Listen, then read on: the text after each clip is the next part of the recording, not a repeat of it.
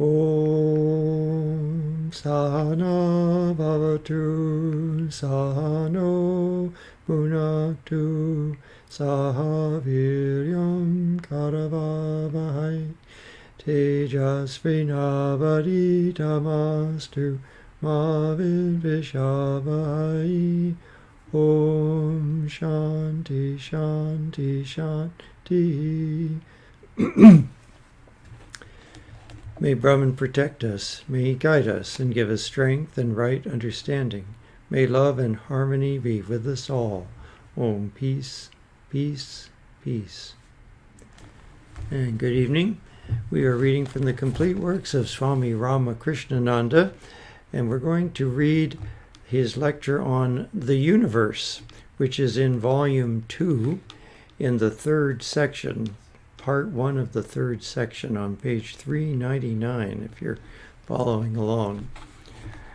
Many of these are available in separate books as well, but they collected them all into a 3-volume set, and that's what we're reading from. So we'll begin.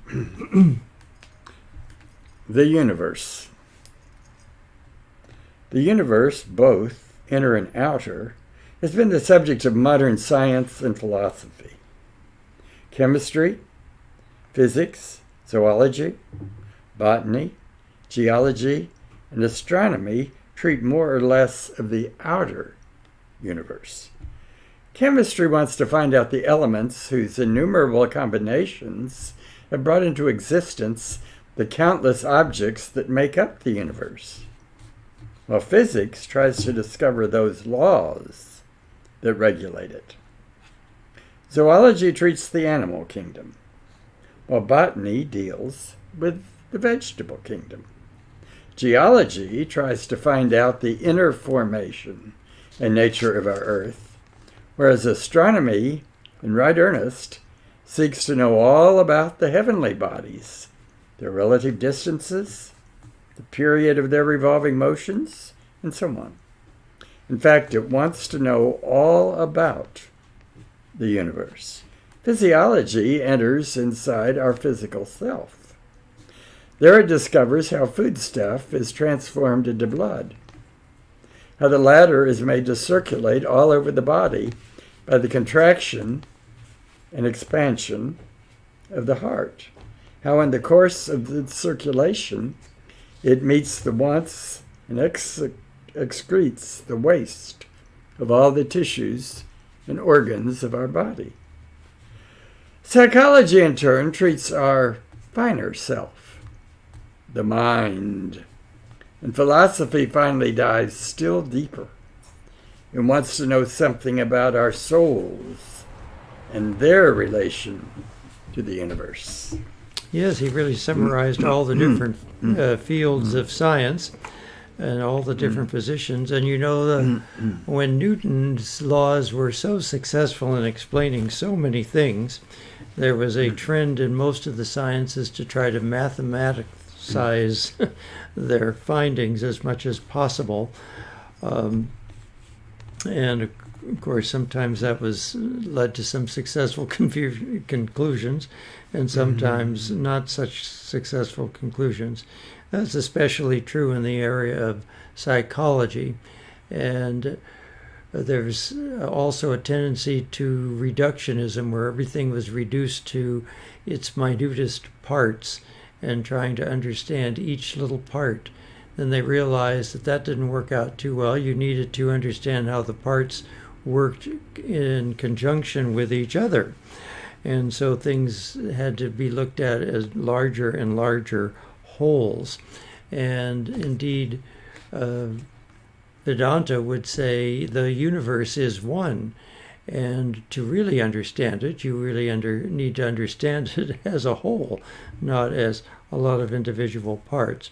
Another thing, which of course we've brought out before, is that the macrocosm, the physical universe, and the microcosm, which is within us, have to be related. The microcosm reflects the macrocosm, and the macrocosm reflects the microcosm. And this is true both in the individual sciences, as well as the reflection of of what's happening within us and the entire universe, and also within us in its different levels are the individual Atman as well as the entirety of Brahman. Everything has to be related. The microcosm of the individual soul and the macrocosm of the universal soul have to be related. So all these things have to be related.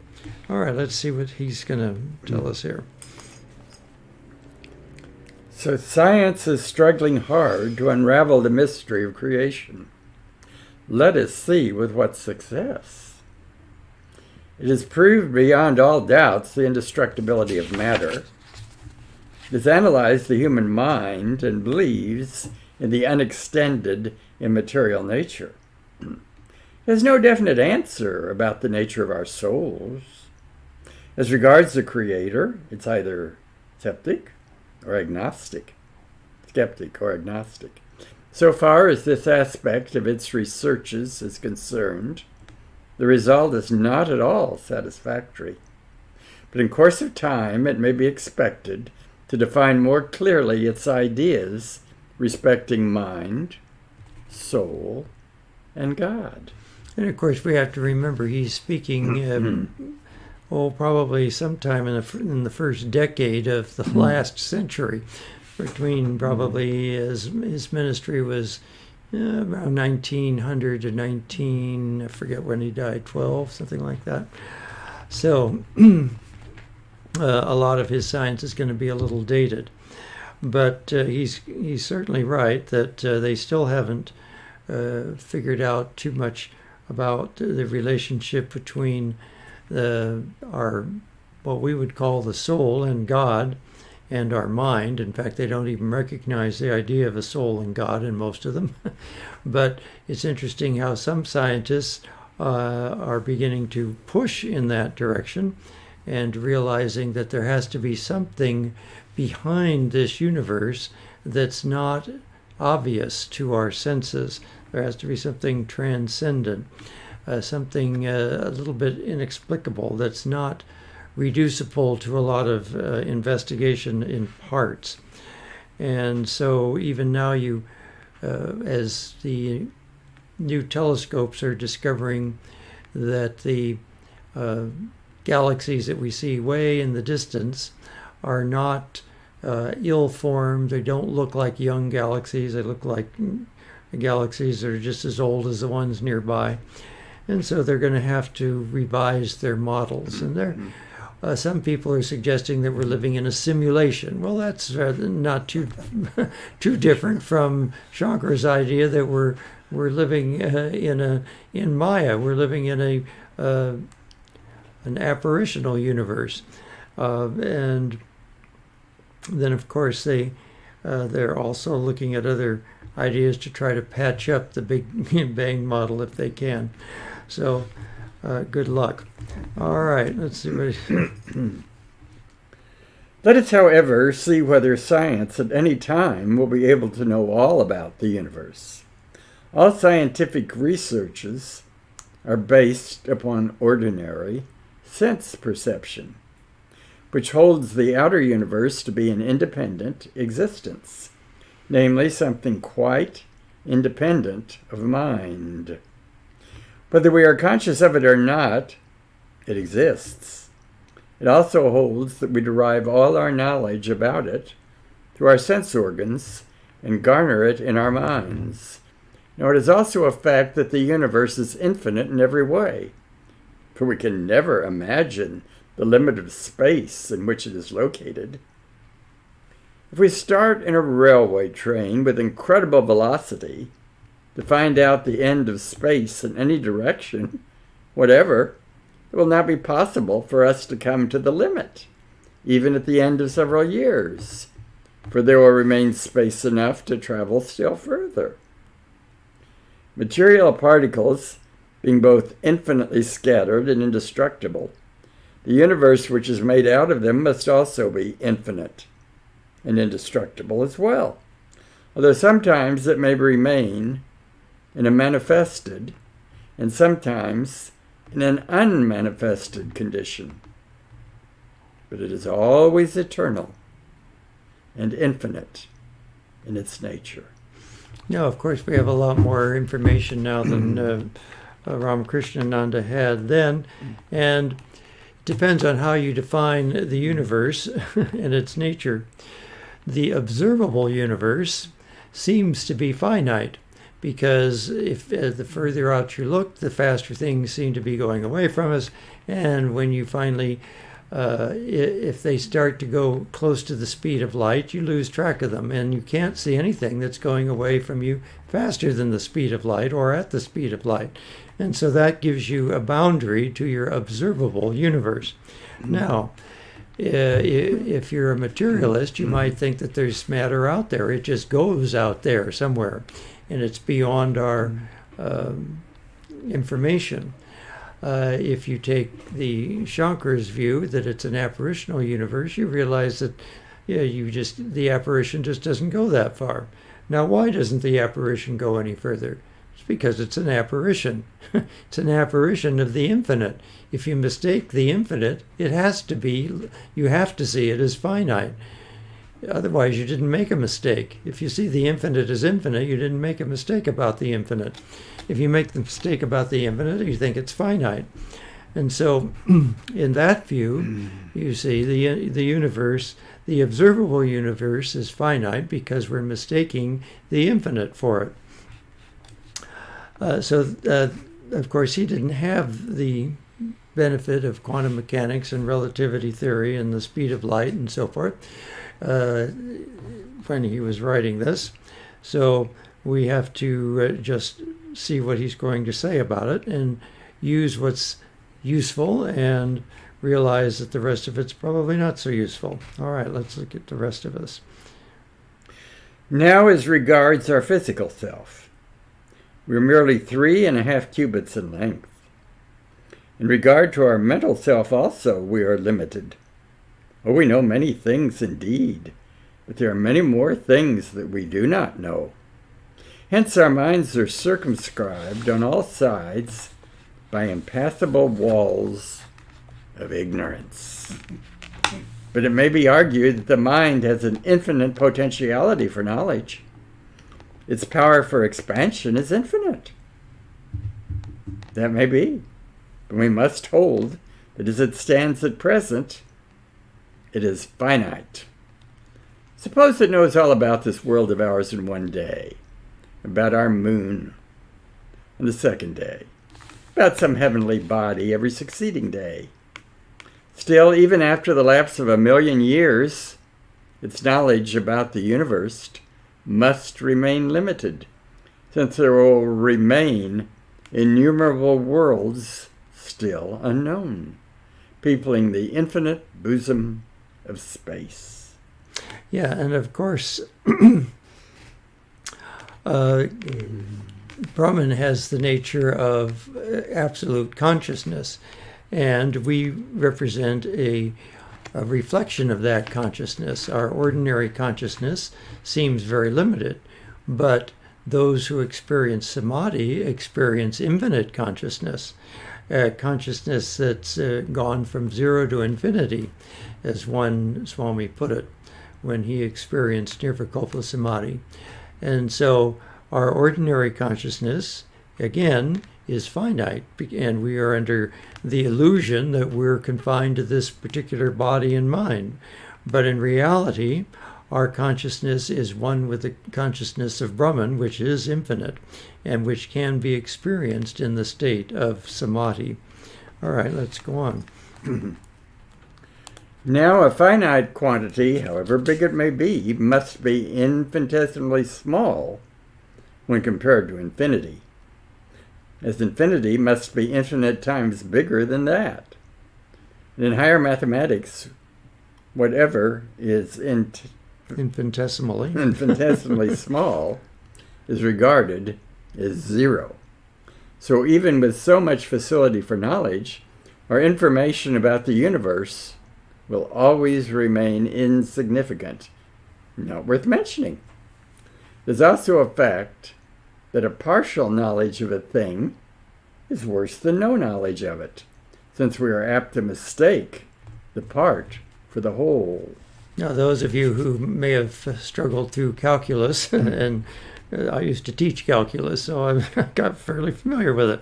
But of course, they used to talk about infinitesimals and adding up to something substantial. But that's a sloppy way to do calculus. And if you do it very carefully, you have to work with the idea of limits. And infinitesimals are just sort of a handy way of thinking about it, but it's not a rigorous way of doing the mathematics. But he's certainly correct that any finite number is it can't be compared to infinity. It's you can't compare a finite number to infinity. And of course, if you divide any finite number by 0, you end up with infinity or undefined. It would be a better way to put it. We run into this problem in physics too. You run into the problem when you look at black holes or the edge of the universe.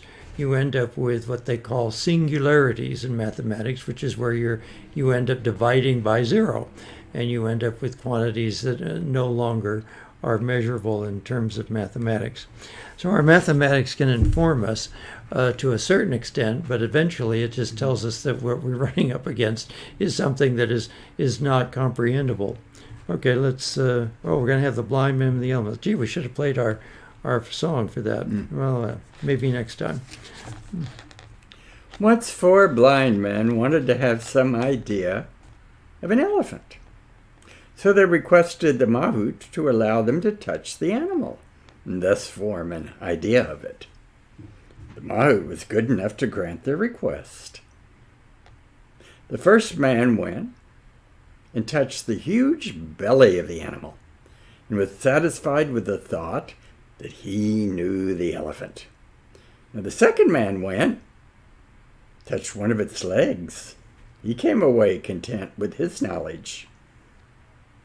Now the third man went and touched one of its ears, and believed he had a complete idea of the elephant. So also the fourth man went and touched its trunk, and came away satisfied.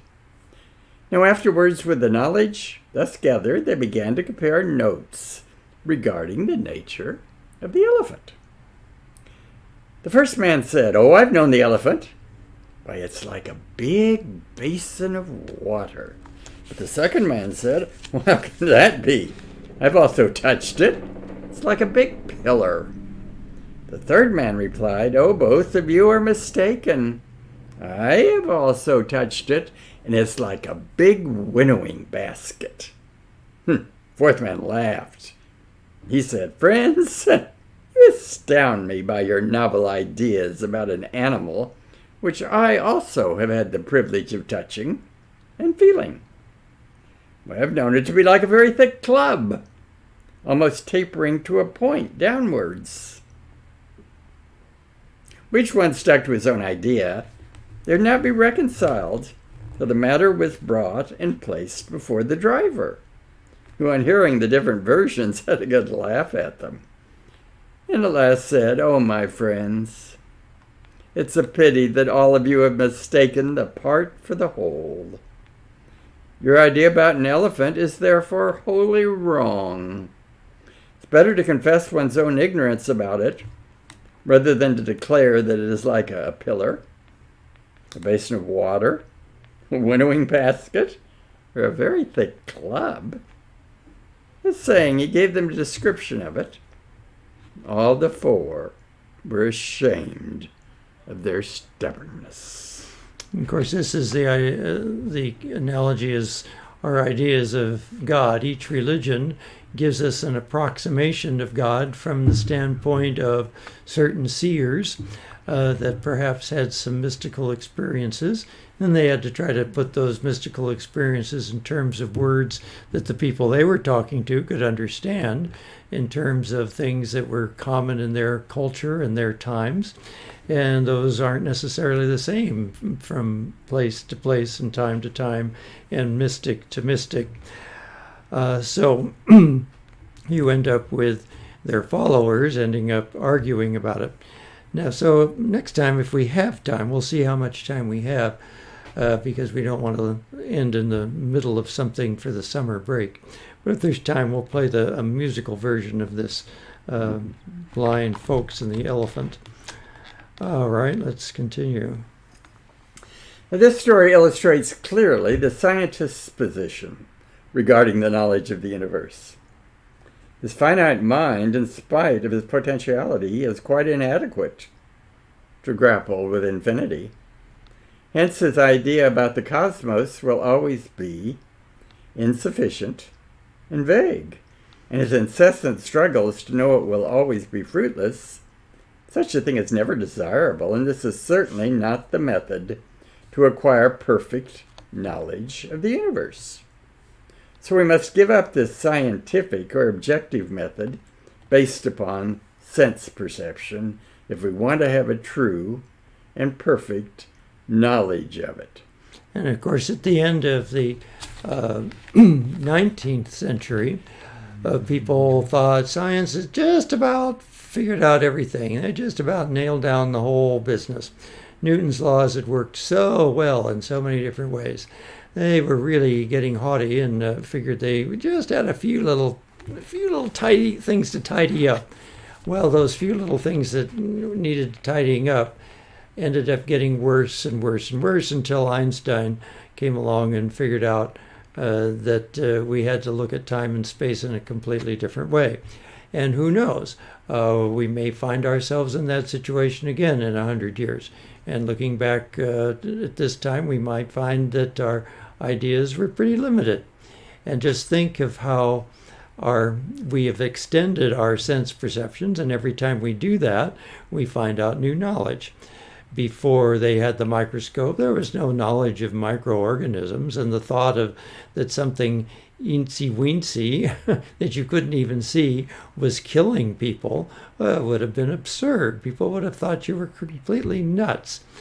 Now, of course, we know that there are all sorts of things down there. We have bacteria and protozoa and viruses and fungi and all sorts of things that can, some of them are, we have some helpful bacteria, but there are a lot of unhelpful bacteria, and same thing with fungus as well.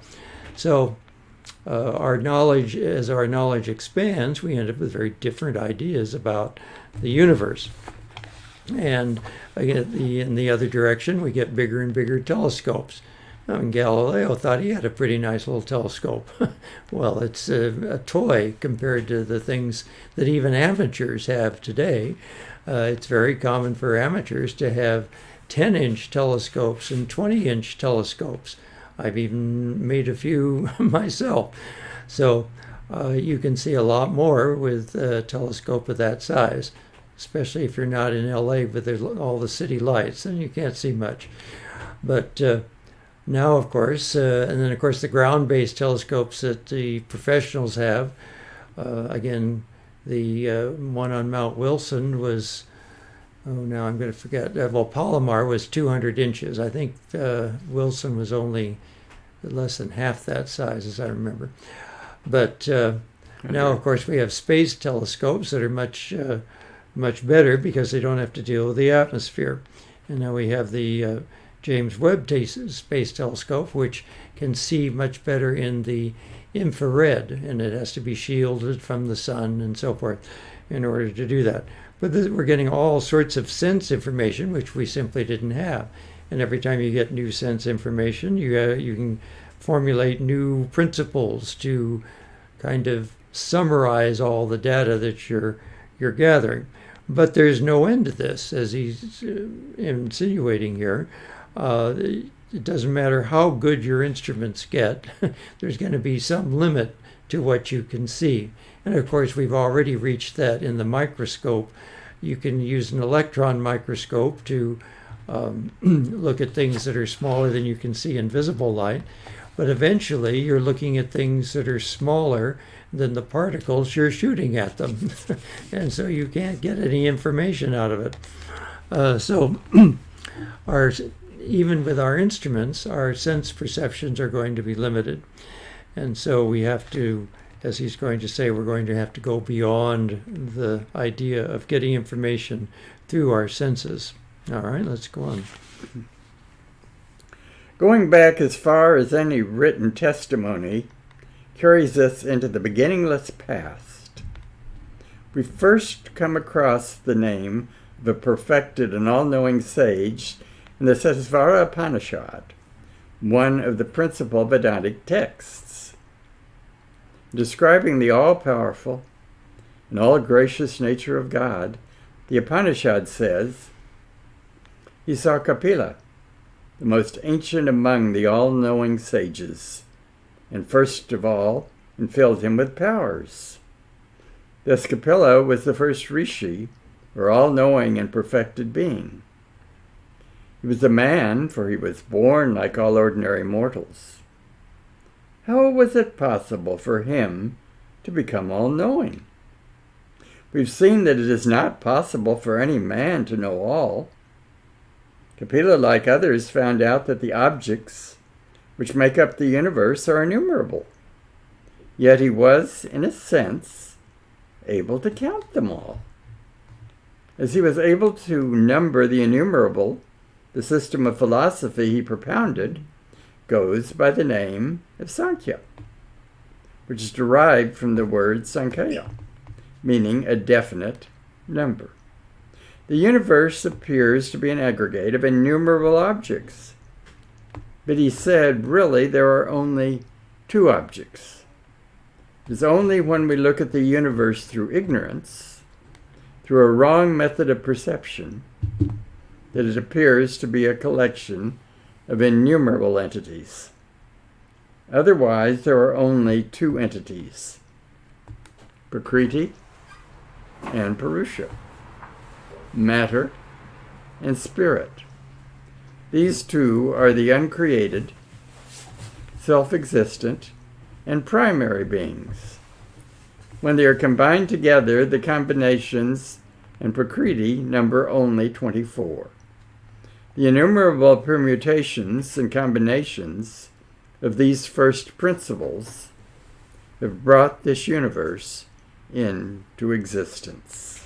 Now, we have to remember that this is simply a model developed by one philosopher who had some insights, no doubt.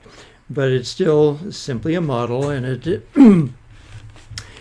so it can be useful in some ways, but you may find that it's not as useful to you in other ways. So you have to be careful when you take models and you try to squeeze everything into the model. It's like Cinderella's stepsisters trying to get into the shoe.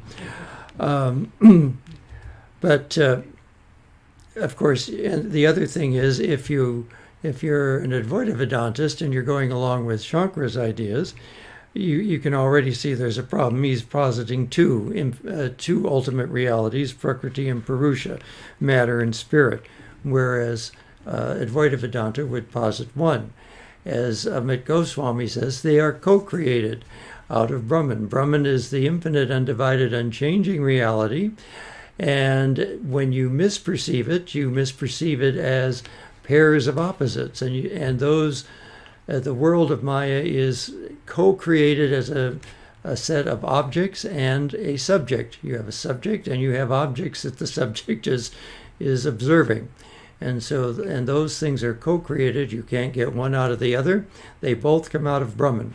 And so it's a Advaita, not two. It's a not two-ish philosophy. And so Sankhya is not going to be like that. Sankhya is positing two realities, Prakriti and Purusha. Now, some of the concepts kind of flow over from one to the other, and many of the people who write about Vedanta in general, and of course Vedanta has several schools, will kind of mix up the terminology between the two, and it can get a little confusing.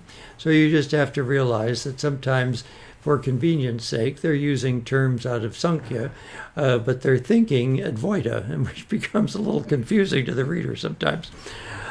When you look at the Bhagavad Gita, it's primarily a Sankhya text. You can tell that the Bhagavad Gita is using the models of Sankhya, but I don't think date-wise that it actually came after Kapila, but it's coming out of the same venue. But I'd have to check the dates on that. Someone like Sarvapriyananda could tell you in a second, but I can't. All right, let's go on. Chemical science has found out that there are at present 77 elements. Now you can see how old his information is. we're in the hundreds and teens by now. Okay. But science is not certain whether these will continue to be regarded as such. Most of them may be found to be compounds. Kapila's science is not empirical. It is perfectly certain and positive about the number of its first principles. So it appears to a superficial inquirer to be dogmatic. Kapila has given very clear and irrefutable proofs to establish the validity of his affirmation. He was the first to find out the phenomenal nature of the universe and analyzed it in this way.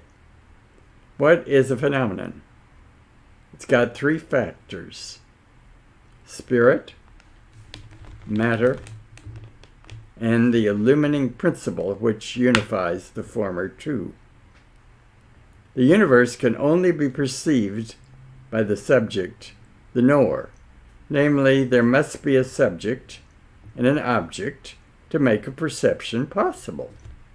Now, in order to look at the universe, there must not only be the knower and the object, but also the illumining and unifying principle. Yeah, and so, of course, in more common terms, we would say you've got the subject, the object, and the process of knowing. He's calling that the illuminating, unifying principle that unifies the two.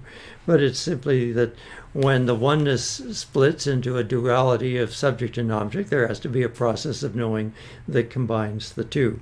And many of the mythologies of creation put it that way. The initial spirit that was one was lonely, and it was dark, and there was unfathomable chaos, and it wanted to know itself. So it created light, or something of that nature. I mean, the myths vary in details, but it's roughly like that. And so the great infinite oneness of spirit decides to co-create dualities. And so it separates the darkness from the light and the waters from the land and blah, blah, blah. All of these different ideas of duality. All right, let's go on. If I wish to look at the picture in darkness, I cannot. There must be a light between me and the picture. I am the knower. The picture is the object, and the light is the illumining principle. In the case of the eyes, the illumining principle is the light. Of the tongue, water. Of the nose, earthly particles, and so on. Thus the universe can be known only by the help of the unifying principle standing between it and myself.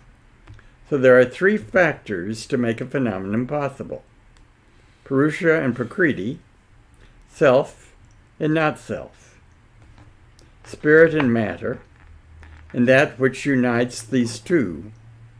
In other words, the Adyatma, the Adbhuta, and Adava. Now, of course, he's hinting at these five elements, which are actually five energies, and that's why they're associated with the different sense organs. Each sense organ senses a particular kind of energy. So your eye detects light, your skin detects kinetic energy like heat or pressure, and the nose detects magnetic bond formations, and your tongue senses chemical formations like acids or protons, and so it detects electricity. And your ear actually detects gravity. And so those are the basic forces in the universe, and we have sense organs to detect those five basic forces, and that's how we know the universe. And in fact, every atom knows the universe through those five energies. Every atom senses gravity, and it senses electricity, and it senses magnetism, and it can sense kinetic energy. And radiation, all of these things affect atoms. You wouldn't have sense organs that could work if the atoms in the molecules of your sense organs weren't able to respond to these 5 energies. All right, let's go on. Further, I think of the universe only by means of my mind. Now let us see where the universe actually exists. It exists in me. This is exactly what Kapila first pointed out. The visible universe exists in the seer, for the seer alone can see. The knower alone can know. He also answered the question whether it is desirable to have the universe continue to exist for our enjoyment. It is an undeniable fact that we are so constituted that it does not seem possible for us to do away with it.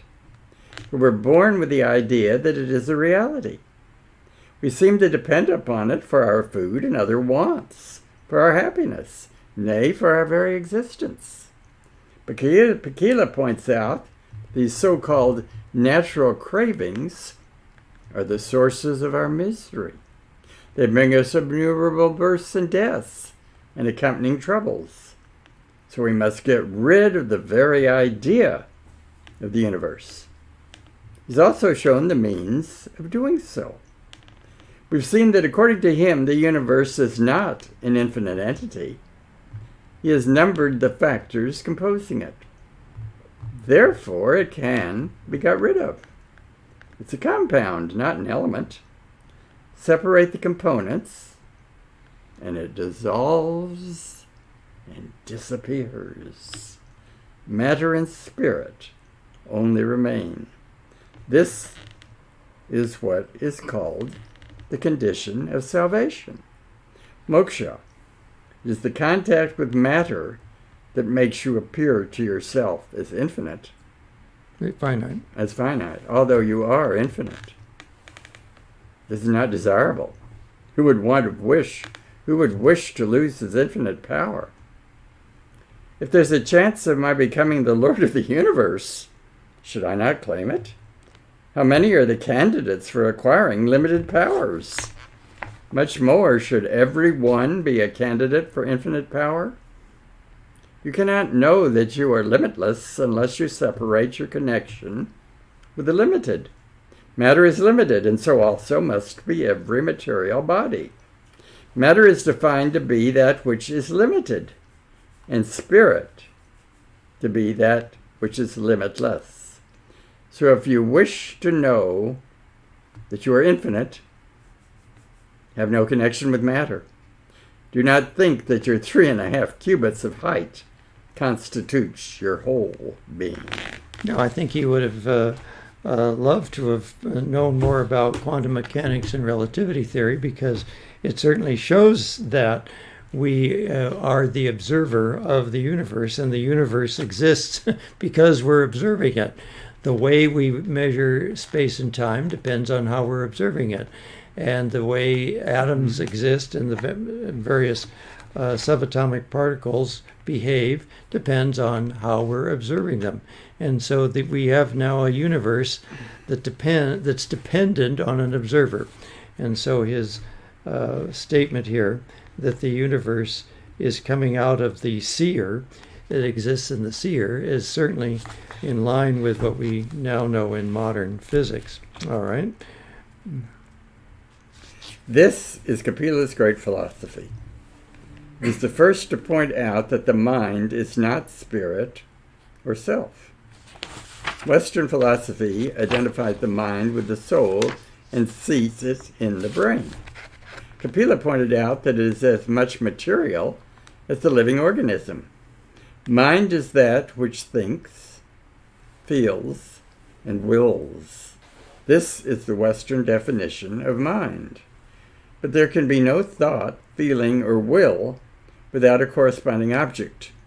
You know that there can be no transitive verb without an object, and the 3 above-mentioned verbs are transitive. Thus the mind can never exist without an object, namely without matter. Hence, it is material. It has consciousness because it is permeated by the self. We all know that there are two sorts of matter, the unconscious, or dead, and the conscious, or living. Dull, dead matter is naturally unconscious. This living organism of ours is conscious, and yet we do not call it spirit. Similarly, though the mind has consciousness, we call it material because it is inseparably connected with matter. Hindu philosophers, without one exception, look at the mind just as they look at this living body and regard it as one of the several organs through which the Purusha or the self comes in contact with the world. Hence it is called the sixth sense organ. We have 5 kinds of sensations through the 5 senses. These sensations are named in the Sankhya system as tanmatras. Mind is the 6th sense, enables us to think, feel, and will. The illumining of unifying principle of each sense must stand between the self and the universe to make its conception possible. Okay, let's just go on. Now the universe is generally believed to be in space and time. Time is made up of past, present, and future. The 5 senses are able to perceive the present universe. The universe of the past and the future is conceived by the mind. Thus the senses and the mind are the 6 intervening agencies through which alone the soul is able to unite itself with Prakriti or matter. What are the results of this union? Knowledge, perceptions, and sensations. These are called phenomena. The universe is nothing but a collection of countless phenomena. Therefore, it is not a simple and self-existent entity. It is a compound. The moment it is split up into its factors, it vanishes. It only rests between spirit and matter. But matter does not even know its own existence, while spirit knows not only its own existence, but also that of matter. Hence the conceptions of both matter and spirit, as well as of their countless unions, the phenomena or the universe, all exist in the spirit or the self. So as a dualist, he's going to get matter out of spirit, basically. He's going to eliminate the matter and just concentrate on the spirit.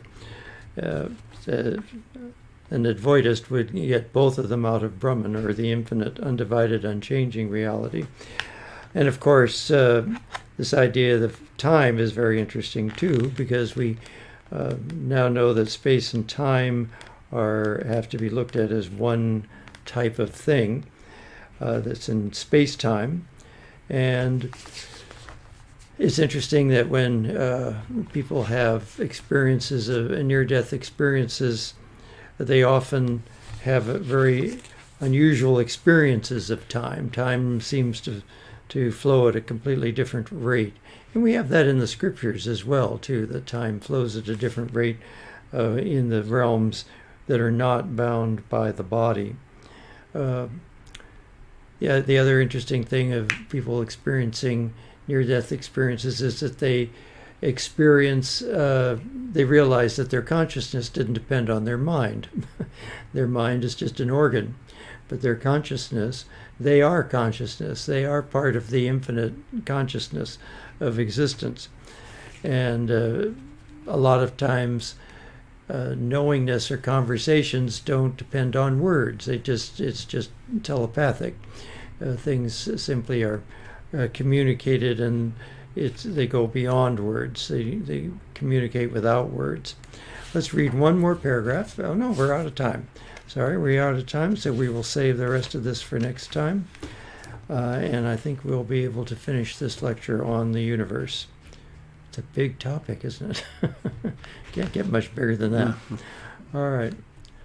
Om Purnamada Purnamidam Purnat Purnamudachyate Purnasya Purnamadaya Purnamevavashishyate. Om Shanti Shanti Shanti. Filled with Brahman are the things we see. Filled with Brahman are the things we see not. From out of Brahman floweth all that is. From Brahman all, yet is it still the same. Om, peace, peace, peace. All right, so we're right at halfway point. So Good. 1, 2, 3, 4, 5, 6. Yeah, so we have 7 more pages.